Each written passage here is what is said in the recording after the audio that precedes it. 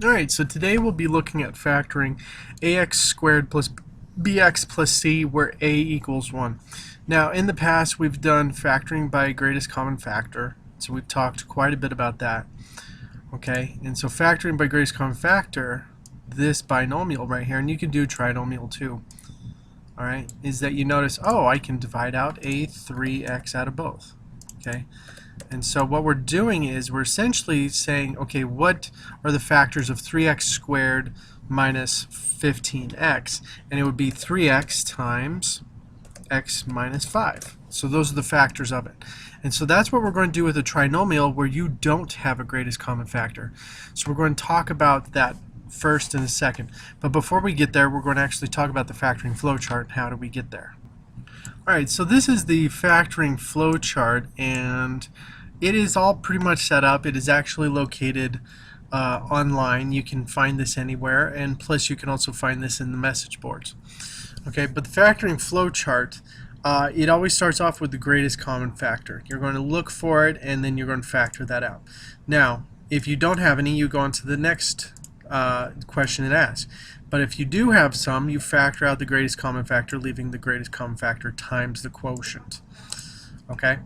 Alright, and then you're going to ask yourself, how many terms do I have next? Now, we will deal with the later time with 2 terms, and we will deal with the later time at 4 plus terms. But right now, we're going to go on to 3. Okay?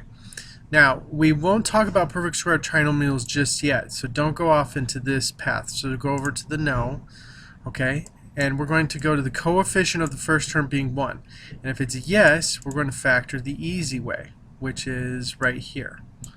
Okay? So factor the easy way. It's all set up like this. Now this is a lot of crazy mumbo jumbo, but I'm going to explain exactly what this all means. Okay? Now if you notice, B is going to be P plus Q, and C is going to be P times Q. Okay, and P and Q are what goes into parentheses. So I'll talk to you about that in a second. Okay, so we're going to take a look at this, and we're going to do step-by-steps right here. So how to factor a trinomial. Okay, so first off, the first most important part is what two numbers multiply to get the last term but add up to get the middle term. So which two numbers multiply to get the last term but then add up to get the middle term?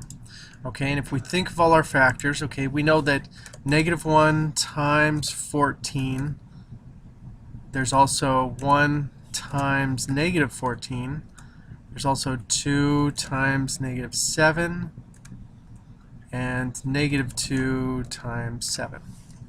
Okay, so those are all factors of 14. Okay, so you want to pretty much start out by knowing that that's all out there. Now the ones that most people sometimes forget, well, not most people, sometimes, a lot of people tend to forget is the 1 times the actual number itself. Those numbers are factors of it. Okay, so what we're going to do is we're going to check out, see which ones add up to +5. And the only ones that add up to +5 are these two. Okay, this one adds up to -5, this one adds up to -13, this one adds up to 13. Okay? Alright, so what I'm going to do is going to rewrite it as a set of parentheses, okay, because that's the next step, is put those numbers into parentheses. So I'm going to put a -2, and I'm going to put a +7. Now there is no plus with the 7, but it is positive, so I'm just going to use it as is. Okay. Now once you've done that, you're done. You can check your work by FOIL or, you know, Punnett square distribution. Okay. All right. So now taking a look at some of these, we can factor them. Okay. Let's start taking a look at it. Okay, what two numbers multiply to 2 but add up to 3? Well, that would definitely be a +1 and a +2. Okay, so I put that in there and I'm all set. Alright. Now, what two numbers multiply to -12 but add up to just x? Well, that's kind of weird. Shouldn't there be a number here? Yes, there should. So you can actually put a 1 there and go, okay, what two numbers multiply to -12 but add up to 1, okay? And after spending some time with it, you should come up with -3 and +4. Okay, now remember, I'm doing this really fast, so if you're having a hard time following, just pause the video as soon as I point out what it is. Try to think of the numbers and then match it up with what we come up with, okay? Alright, what two numbers times themselves are going to be negative 36, but add up to negative 5, and those numbers are minus 9, positive 4. Okay? So that's some pretty easy stuff right there, all set up for you guys. Okay? Alright, and then the last one. What two numbers multiply to 225 but add up to 30? And those numbers would be the same, which would be plus 15. Okay? Now you could also rewrite this as x plus 15 parentheses squared. Okay, so you could rewrite it as that and just have it all set up like that. Okay?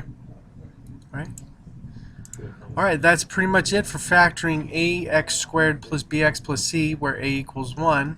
Just remember to follow these steps over here, and you should have a really easy time of working with this, okay? Thank you very much and have a great day. Bye.